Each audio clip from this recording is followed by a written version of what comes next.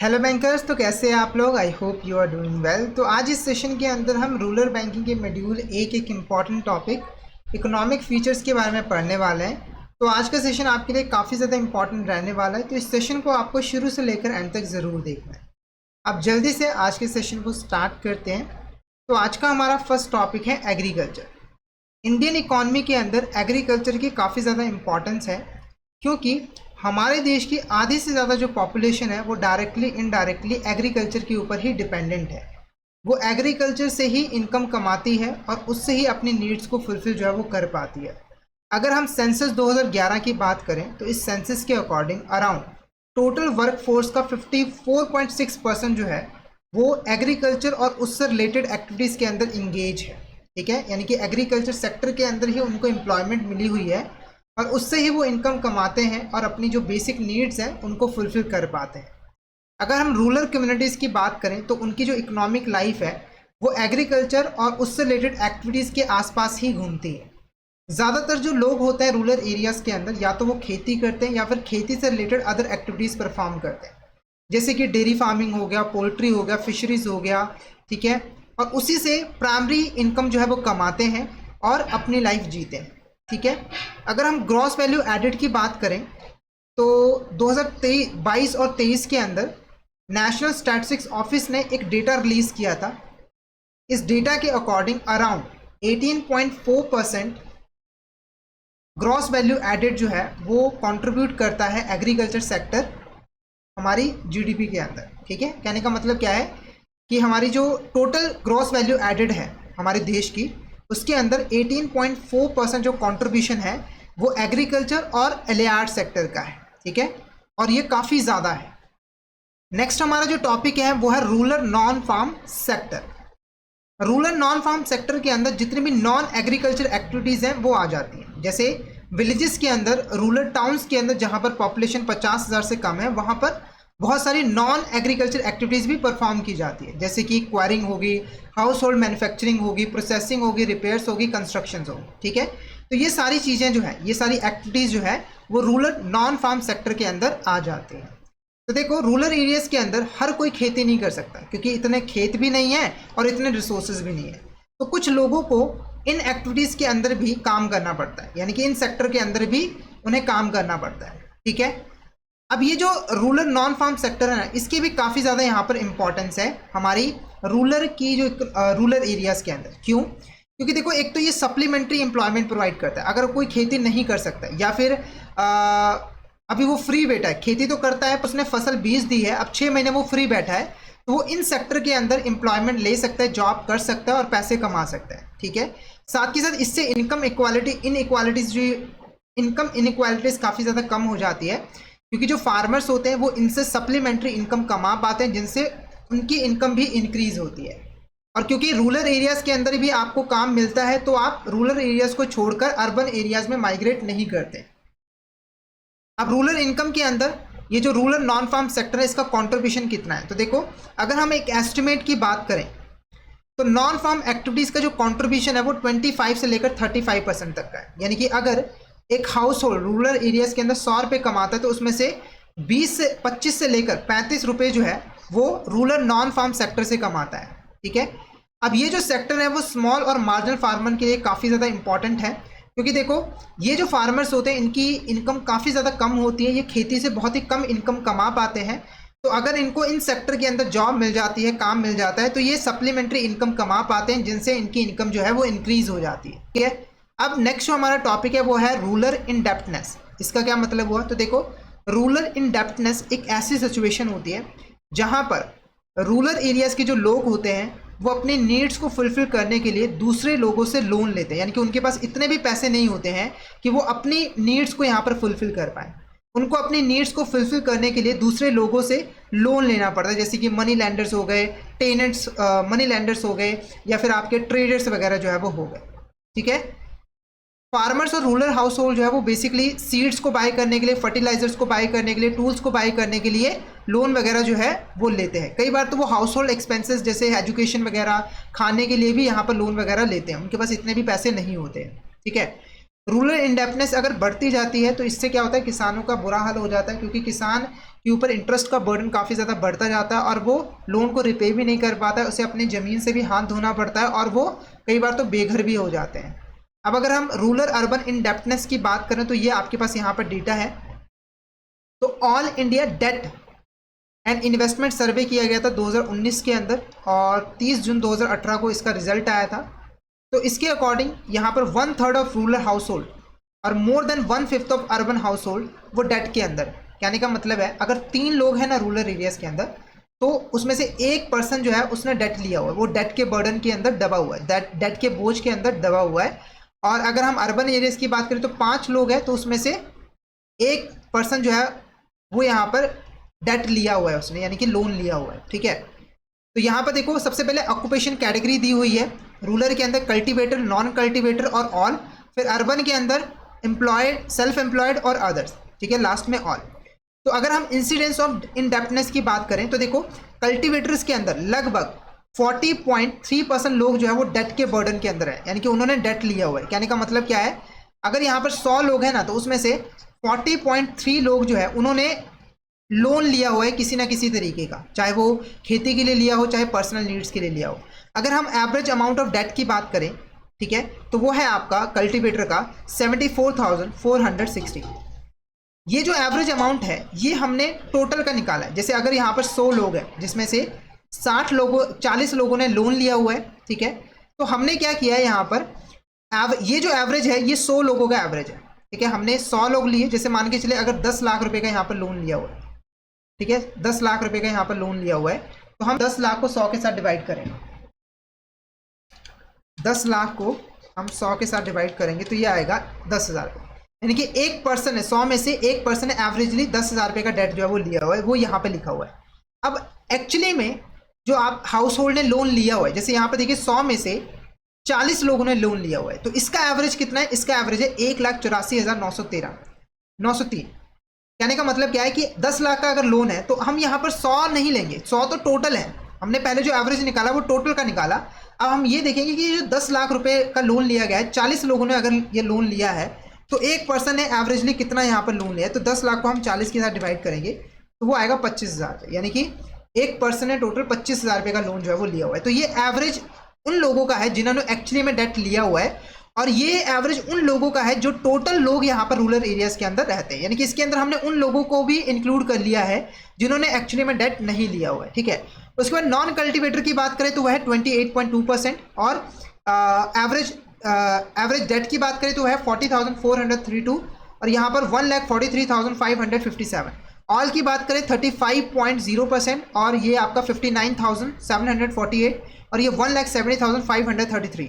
Urban की अगर हम यहाँ पर बात करें, सेल्फ एम्प्लॉयड है 27.5%, ठीक है, और एवरेज डेट है 1,79,765, और अगर हम ये वाली एवरेज देखें तो 6,52,768।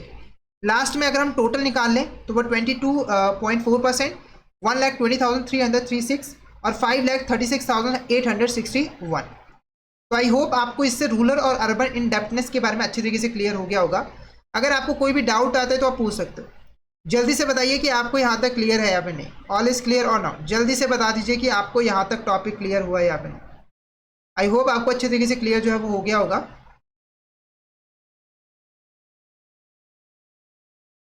ओके, नेक्स्ट हमारा जो टॉपिक है वो है RBI expert group on agricultural indebtedness. ठीक है, देखो रूरल एरियाज के अंदर जो डेट इंडेप्टनेस थी वो काफ़ी ज़्यादा इंक्रीज हो रही थी।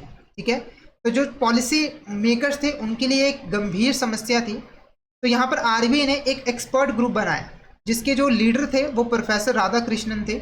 उनको बोला गया कि आप ना ये जो एग्रीकल्चर इंडेप्टनेस है इसको स्टडी करो, यानी कि ये जो एग्रीकल्चर सेक्टर है उसके अंदर जो डेट का बर्डन बढ़ता जा रहा है लोगों के ऊपर, फार्मर्स के ऊपर, इसके पीछे का क्या रीज़न है इसको आइडेंटिफाई करो और रिकमेंडेशन हमें प्रोवाइड करो। तो इस कमेटी ने अपना काम किया। इनको 2 इश्यूज देखने को मिले, 2 जगह पर क्राइसिस थे। सबसे पहला क्राइसिस था एग्रीकल्चर क्राइसिस। यहाँ पर क्या हो रहा था कि जो एग्रीकल्चर की ग्रोथ थी वो बहुत ही कम हो रही थी, और जो प्रोडक्टिविटी थी वो डिक्रीज होती जा रही थी। कहने का मतलब क्या है, एग्रीकल्चर की ग्रोथ काफ़ी ज़्यादा स्लो थी, जिसकी वजह से जो फार्मर्स हैं उनकी इनकम भी काफ़ी ज़्यादा यहाँ पर कम थी, क्योंकि प्रोडक्टिविटी कम हो रही थी। उसके बाद एग्रीकल्चर क्राइसिस, देखो रूरल हाउस होल्ड जो है वो फार्म इनकम के ऊपर बहुत ज़्यादा डिपेंडेंट थे, और फार्म इनकम जो है वो काफ़ी ज़्यादा वॉलेटाइल होती है। कहने का मतलब है अगर फसल अच्छी होगी तो इनकम अच्छी होगी, फसल खराब होगी तो जीरो इनकम हो जाएगी। ठीक है, जैसे अगर बाढ़ आ गई तो फसल खराब होगी तो इनकम आपकी जीरो हो जाएगी। तो ज़्यादातर लोग जो है वो फार्म इनकम के ऊपर डिपेंडेंट थे, इसीलिए उनकी हालत काफ़ी ज़्यादा खराब थी और उन्हें डेट लेना पड़ता था।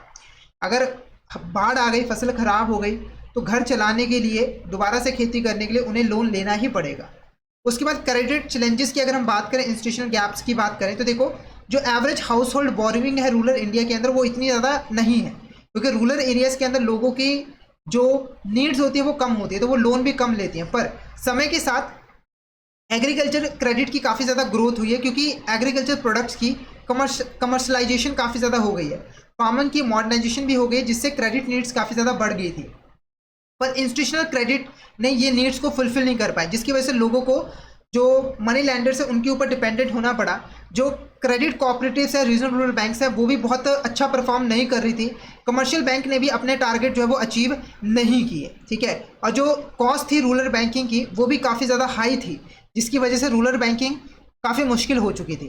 ठीक है, अब यहाँ पर ये थी प्रॉब्लम्स। अब इसकी रिकमेंडेशन भी इस एक्सपर्ट ग्रुप ने प्रोवाइड की। सबसे पहले इस एक्सपर्ट ग्रुप ने बोला कि जो रूरल बैंकिंग नेटवर्क है उसे हमें एक्सपैंड करना है, और ये जो आपका रूरल एरियाज़ के अंदर जो बैंक होंगे उसके अंदर क्वालिफाइड स्टाफ जो है वो होना चाहिए, ताकि वो अच्छे तरीके से क्रेडिट फैसिलिटीज़ वगैरह फार्मर्स वगैरह को प्रोवाइड कर पाए। उसके बाद क्रेडिट काउंसलिंग को इंक्लूड किया गया, जिसके अंदर क्रेडिट के बारे में प्रॉपर नॉलेज दी गई। किसानों को बोला गया कि ऐसा हमें करना चाहिए, और मोबाइल बैंकिंग को भी इंट्रोड्यूस करना चाहिए, और माइक्रो फाइनेंस को फॉर्मल बैंकिंग सिस्टम के साथ इंटीग्रेट करने की बात कही गई, और लीड बैंक स्कीम को रिफॉर्म करने की बात की गई, और 100 एग्रीकल्चर बैकवर्ड डिस्ट्रिक्ट जहां पर एग्रीकल्चर की ग्रोथ बहुत ही स्लो है और उसको डेवलप करने की प्रायोरिटी जो है वो बोली गई कि इन एरियाज़ को हमें यहाँ पर डेवलप करना है। उसके बाद कुछ इमीडिएट रेमेडियल मेजर्स थे जिनको इंप्लीमेंट करने की बात कही गई थी इस एक्सपर्ट ग्रुप के द्वारा, जैसे कि जो रिलीफ पैकेजेस है 31 डिस्ट्रेस अफेक्टेड डिस्ट्रिक्ट की, उसको प्रॉपर तरीके से मॉनिटर करना चाहिए और इम्प्लीमेंट करना चाहिए। जो लोन्स है उसको रीशेड्यूल करना चाहिए। 2 साल तक का जो इंटरेस्ट है उसको वेव ऑफ कर देना चाहिए, ख़त्म कर देना चाहिए, ताकि किसानों के ऊपर जो इंटरेस्ट का बर्डन है वो ख़त्म हो सके, कम हो सके, और किसानों को फ्रेश लोन प्रोवाइड करने हैं उन किसानों को जिनकी फसल नेचुरल डिजास्टर की वजह से ख़राब हो चुकी है। और इन लोन की जो कॉस्ट है उसको सेंटर और स्टेट दोनों मिलकर यहाँ पर कवर करेंगे, मैनेज करेंगे। One time relief for farmers के मतलब कि एक यहाँ पर स्कीम लेकर आएगी, जहाँ पर जो फार्मर्स है जिन्होंने हाई इंटरेस्ट लोन लिया हुआ है मनी लैंडर से, उनको लोन दिए गए लॉन्ग टर्म बैंक लोन्स के थ्रू और money lender debt redemption funds के थ्रू, जिसके अंदर 100 करोड़ रुपए रखे गए थे, ताकि किसान इस पैसे से मनी लैंडर का डेट रिपे कर पाए और वो हाई इंटरेस्ट के बर्डन से बच पाए। उसके बाद एक कमेटी बनाई गई थी medium term path for financial inclusion के ऊपर। इस कमेटी ने नोट किया कि जो स्मॉल फार्मर्स हैं वो मिडिल मैन के ऊपर ज़्यादा डिपेंडेंट है, यानी कि वो अपनी फसल को डायरेक्टली मार्केट के अंदर सेल नहीं कर पा रहे क्योंकि उनकी फसल बहुत ही ज़्यादा कम है, तो मिडिल मैन के ऊपर ज़्यादा डिपेंडेंट रहते हैं। मिडिल मैन अपना कमीशन चार्ज करता है, जिसकी वजह से ही जो स्मॉल फार्मर्स है उनकी हालत काफ़ी ज़्यादा ख़राब जो है वो हो रही है। साथ ही साथ ऑल इंडिया डेट इन्वेस्टमेंट सर्वे ने बताया कि ओवर हाफ ऑफ द जो रूरल हाउस होल्ड्स हैं वो मार्जिनल फार्मर्स हैं और उनके पास 1 हेक्टेयर से भी कम लैंड है। अगर 100 लोग रहते हैं रूरल हाउस होल्ड के अंदर तो उसमें 50 से ज़्यादा जो है वो मार्जिनल फार्मर्स हैं और उनके पास 1 हेक्टेयर से भी कम लैंड है। कमेटी ने रिकमेंडेशन प्रोवाइड किया कि हमें इंस्टीट्यूशनल क्रेडिट कवरेज को एक्सपैंड करना है ताकि हम मार्जिनल और लैंडलेस और टेनेंट फार्मर्स को ज़्यादा से ज़्यादा लोन दे पाएँ, उनकी क्रेडिट नीड्स को फुलफिल कर पाएँ, और सेल्फ हेल्प ग्रुप और जॉइंट लायबिलिटी ग्रुप्स के थ्रू भी हमें लोन्स प्रोवाइड करने हैं फार्मर्स को, और लैंड लीज लॉस को भी इन्फोर्स करना है और अदर एग्रीकल्चर रिफॉर्म्स को भी इंप्लीमेंट जो है वो करना है। उसके बाद जो नेक्स्ट टॉपिक है वो है आपका यहाँ पर पॉवर्टी। क्या है आपका यहाँ पर पॉवर्टी, और ये काफ़ी इंपॉर्टेंट यहाँ पर टॉपिक है। सबसे पहले हम बात करेंगे पॉवर्टी होती क्या है। देखो, पॉवर्टी को हम हिंदी में कहते हैं गरीबी, और ये एक ऐसी कंडीशन होती है जिसके अंदर एक पर्सन या फिर फैमिली के पास इतने भी फाइनेंशियल रिसोर्सेज नहीं होते हैं कि वो अपनी बेसिक नीड्स जो है वो फुलफिल कर पाए। नॉर्मल भाषा में कहूँ तो हर एक पर्सन की कुछ बेसिक नीड्स होती हैं, जैसे कि रोटी, कपड़ा, मकान। अगर एक पर्सन इतना पैसा भी नहीं कमा पा रहा है, उसके पास इतने पैसे भी नहीं है कि वो इन बेसिक नीड्स को फुलफिल कर पाए और एक बेसिक स्टैंडर्ड ऑफ लिविंग को मेंटेन कर पाए, तो हम कहेंगे वो पर्सन गरीब है। क्या है? गरीब है। और इंडिया के अंदर तो आपको गरीबी काफ़ी देखने को मिलती होगी। ठीक है, अब बात करेंगे पॉवर्टी लाइन की। पॉवर्टी लाइन क्या होती है? देखो, पॉवर्टी लाइन एक बेंचमार्क होता है, एक थ्रेशोल्ड इनकम होती है जिससे हम ये डिटरमाइन करते हैं कि कौन गरीब है और कौन गरीब नहीं है। नॉर्मली हम क्या करते हैं, एक थ्रेशोल्ड इनकम जो है वो डिटरमाइन कर देते हैं। जैसे मान के चलिए हमने डिटरमाइन किया कि इंडिया के अंदर एक पर्सन को टोटल 5,000 रुपये की ज़रूरत है अपनी बेसिक नीड्स को फुलफिल करने के लिए, ठीक है। अगर किसी पर्सन के पास 5,000 रुपये है तो हम कहेंगे वो पुअर नहीं है, वो पॉवर्टी लाइन के बिलो नहीं है, क्योंकि वो अपनी बेसिक नीड्स को फुलफिल कर पा रहा है, उसके पास इतने फाइनेंशियल रिसोर्सेज हैं कि कम से कम वो अपनी बेसिक नीड्स को फुलफिल कर पाए। तो ये जो थ्रेशोल्ड लिमिट है, बेंचमार्क है, ये आपका पॉवर्टी लाइन जो है वो कहलाएगा। अब इसको कैसे डिटरमाइन किया जाता है, तो देखो नॉर्मली जो मिनिमम इनकम चाहिए होती है बेसिक नीड्स को फुलफिल करने के लिए, उसके बेस पर ही हम इस थ्रेशोल्ड इनकम को डिटरमाइन करते हैं। जैसे हमने बोला बेसिक नीड्स को फुलफिल करने के लिए 5,000 रुपये की ज़रूरत है, तो हमने यहाँ पर जो पॉवर्टी लाइन है वो 5,000 रुपये जो है वो फिक्स कर दी है। जब हम पॉवर्टी लाइन को डिटरमाइन करते हैं तो इसके अंदर कई सारे फैक्टर्स को हम इंक्लूड करते हैं, जैसे कि कैलोरी इंटेक, क्लोथिंग, शेल्टर और समटाइम्स एजुकेशन और हेल्थ केयर को भी हम इंक्लूड करते हैं। यानी कि इन सभी नीड्स को फुलफिल करने के लिए जितने पैसों की ज़रूरत है उसको ही हम पॉवर्टी लाइन जो है वो मानते हैं, ठीक है। उसके बाद बात करेंगे पॉवर्टी रेशो की। पॉवर्टी रेशो क्या होता है? पॉवर्टी रेशो एक ऐसा रेशो होता है जिसकी हेल्प से हम ये मेजर कर पाते हैं कि हमारे देश के अंदर टोटल पॉपुलेशन का कितना हिस्सा गरीब है। जैसे एग्जांपल के लिए मान के चलिए कि टोटल पॉपुलेशन है 100 करोड़, ठीक है, और 10 करोड़ जो है वो गरीब है, ठीक है। तो आप इसको डिवाइड कीजिए, डिवाइड होगा 0.1 इंटू 100, तो आ जाएगा 10%, यानी कि टोटल 10% लोग जो है वो गरीब हैं, 10% लोग जो है वो गरीब है, ठीक है। तो आई होप आपको ये अच्छे तरीके से क्लियर जो है वो हो गया होगा। अगर आपको कोई डाउट आता है तो आप पूछ सकते हो। नेक्स्ट, अब बहुत सारी यहाँ पर कमिटीज़ बनाई गई है समय के साथ, ताकि वो यहाँ पर पॉवर्टी को एस्टिमेट कर सके और उसको रिमूव करने के लिए रिकमेंडेशन वगैरह प्रोवाइड कर सके। सबसे पहले जो कमेटी है जिसने पहली बार सिस्टमेटिक तरीके से पॉवर्टी को मेजर करने की कोशिश की इंडिया के अंदर, वो है दांदेकर और रात कमेटी। इस कमेटी ने नेशनल सैंपल सर्वे का डाटा यूज़ किया पॉवर्टी को मेजर करने के लिए।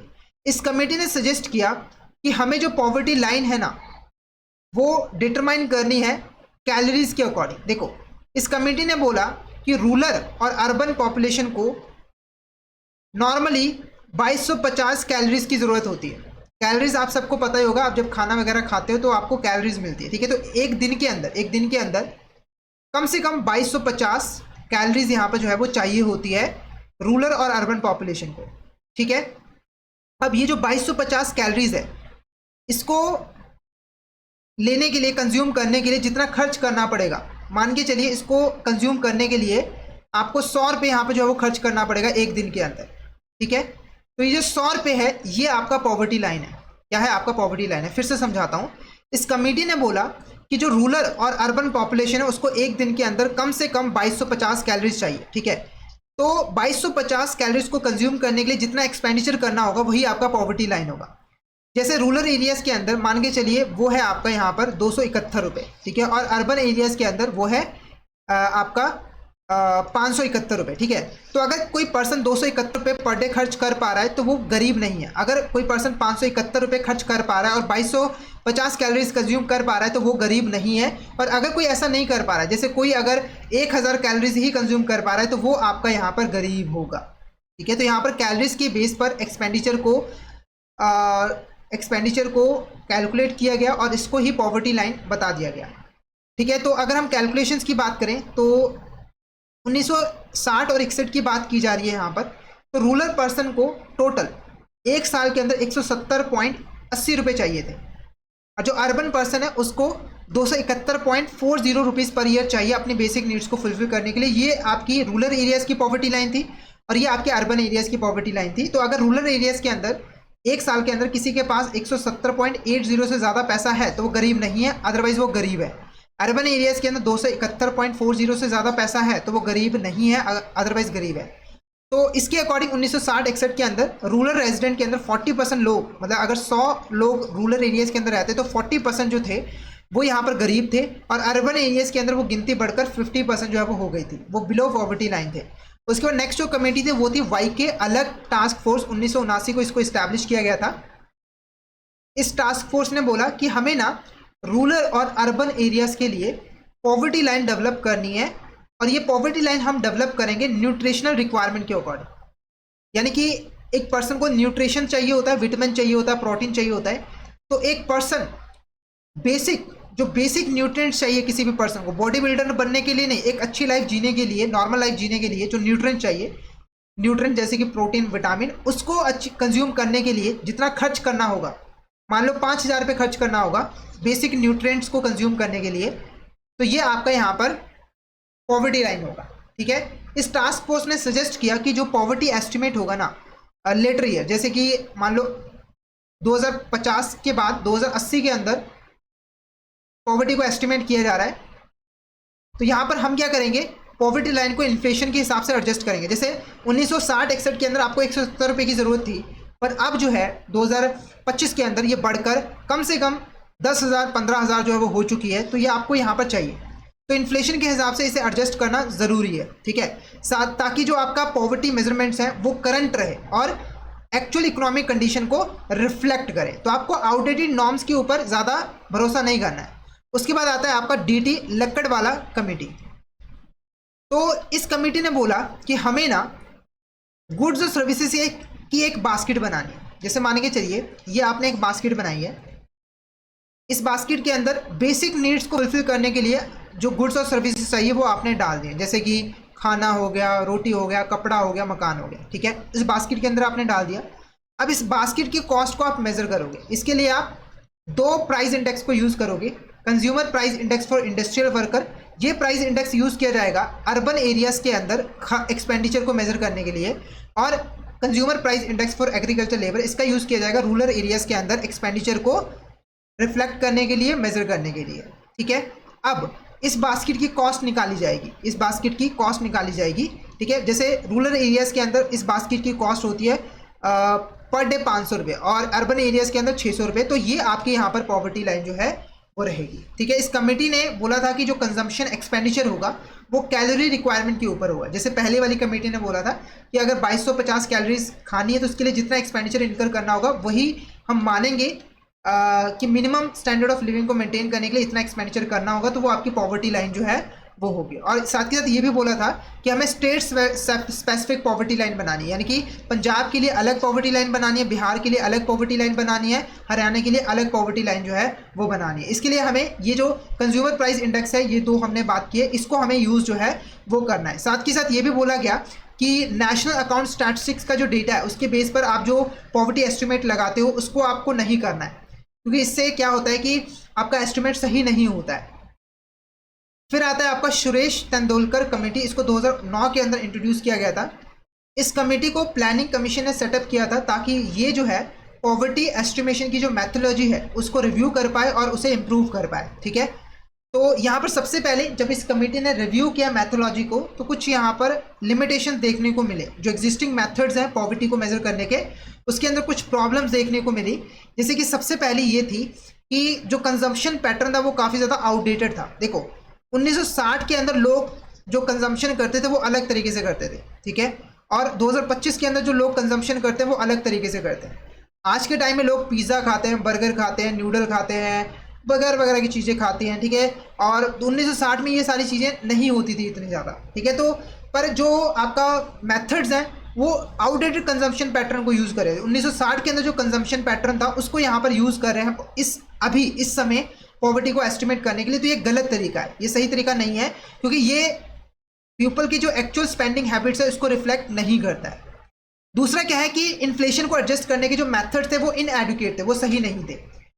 रीज़न और ओवर द टाइम जो पॉवर्टी एस्टिमेट है वो काफ़ी ज़्यादा लेस एक्यूरेट होते गए क्योंकि मेथड्स आपके सही नहीं थे। उसके बाद जो बहुत सारे मेथड है वो मानती थे कि जो बेसिक सर्विसेज है जैसे कि हेल्थ और एजुकेशन, ये स्टेट के द्वारा यानी कि गवर्नमेंट के द्वारा प्रोवाइड किया जाता है। तो जब हम कंजम्पशन की कॉस्ट निकालते थे, कंजम्पशन एक्सपेंडिचर निकालते थे, तो उस कंजम्पशन एक्सपेंडिचर के अंदर इन चीज़ों के ऊपर किए गए खर्च को हम इंक्लूड करते ही नहीं थे, और ये एक सही तरीका नहीं है।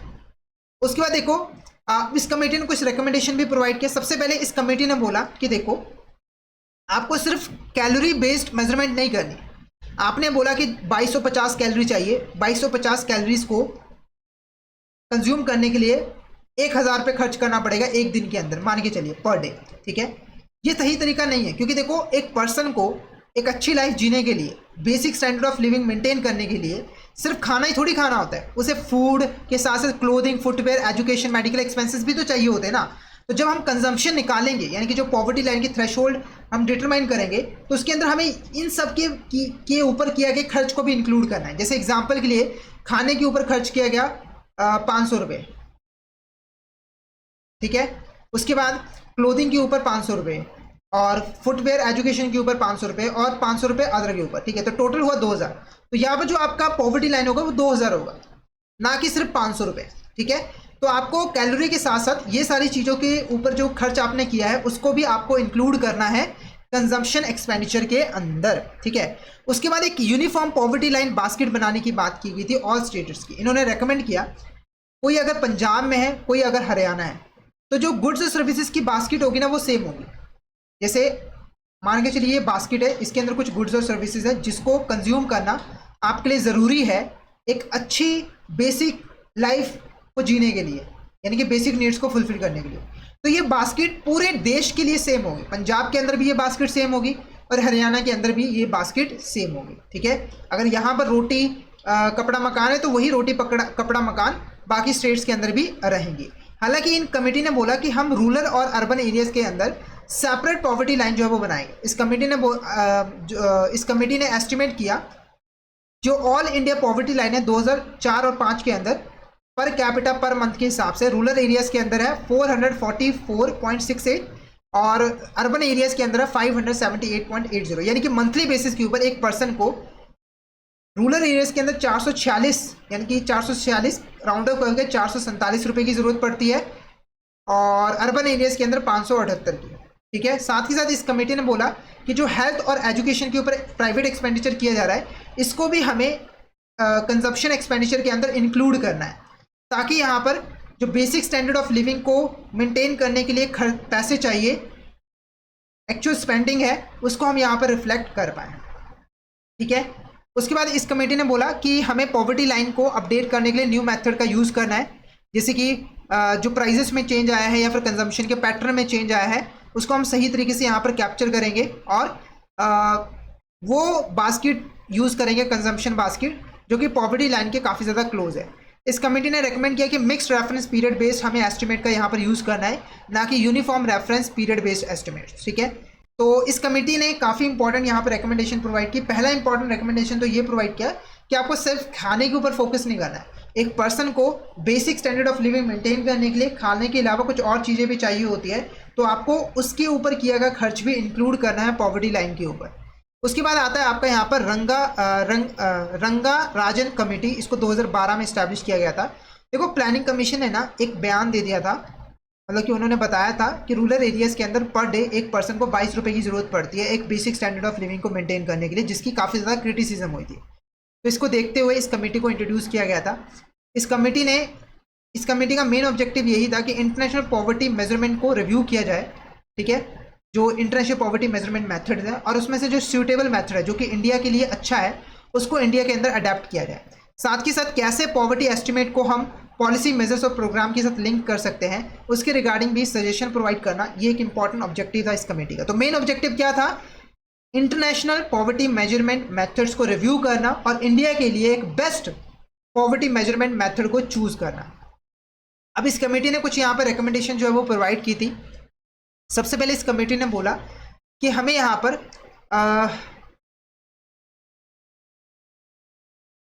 रूरल और अर्बन एरियाज के लिए अलग अलग पॉवर्टी बास्केट का यूज करना है, ठीक है। From this state level rural और urban poverty estimate are drive, ठीक है। तो हमें यहाँ पर सेपरेट रूरल और अर्बन पॉवर्टी बास्केट का यूज करना है और स्टेट लेवल के ऊपर हमें पॉवर्टी लाइन जो है वो बनानी है और स्टेट लेवल के ऊपर अलग अलग तरीके से हमें पॉवर्टी को मेजर करना है, एस्टिमेट करना है। अर्बन एरियाज के लिए अलग से पॉवर्टी लाइन बनेगी और रूरल एरियाज के लिए अलग से पॉवर्टी लाइन बनेगी, ठीक है। उसके बाद food and nutrient norms, Tendulkar ने जो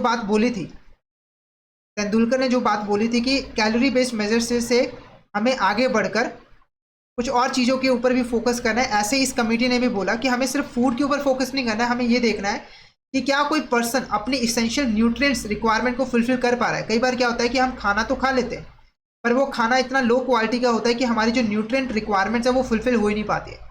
जैसे सरकार ने बोला कि 5 रोटी खाओ उससे आपको 200 कैलोरीज मिलेंगी, पर कई बार क्या होता है कि रोटी इतनी छोटी होती है या फिर उसकी क्वालिटी इतनी ख़राब होती है कि आपको 200 कैलोरीज नहीं मिल पाती है, ठीक है। तो इस कमेटी ने बोला कि आपको ये देखना है कि कैलोरी नहीं, आपको ये देखना है कि क्या न्यूट्रिएंट्स मिल पा रहे हैं।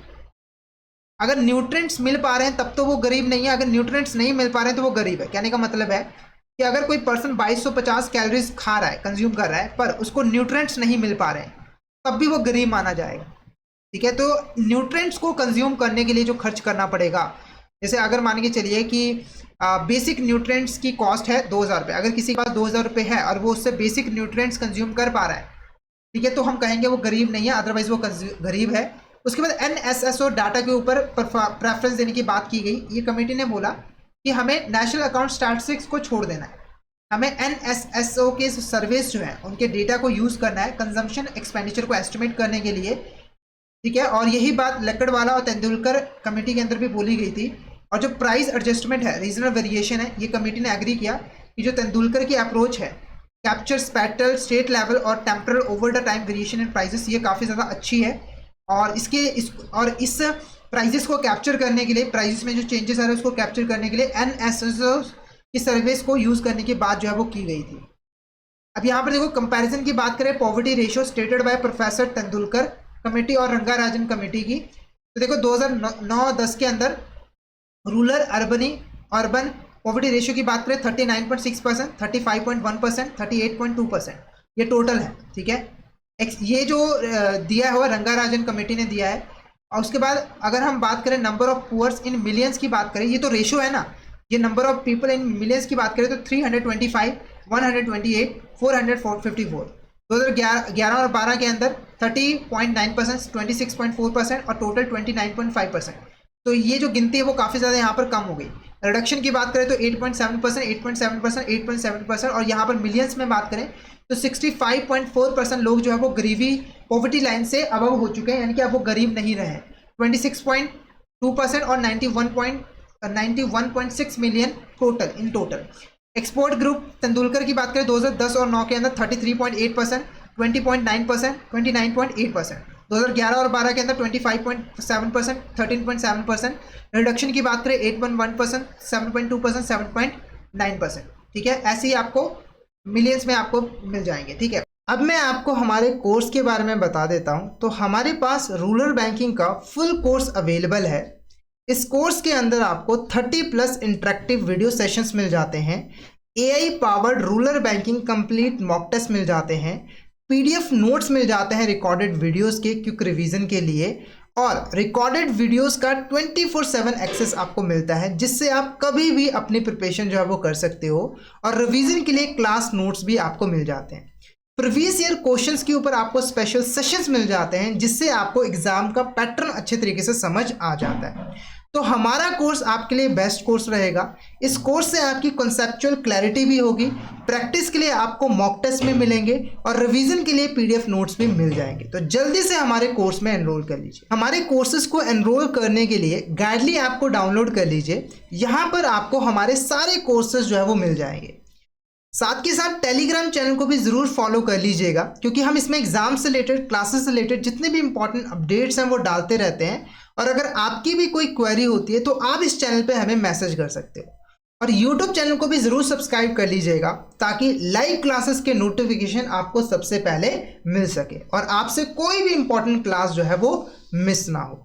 और आज की क्लास आपको कैसी लगी, इसके रिगार्डिंग एक फीडबैक भी ज़रूर प्रोवाइड कर देना। तो कमेंट बॉक्स में मैसेज करके ज़रूर बता देना कि आज की क्लास आपको कैसी लगी। तो आज के लिए इतना ही, मिलते हैं नेक्स्ट क्लास में। Thank you so much everyone.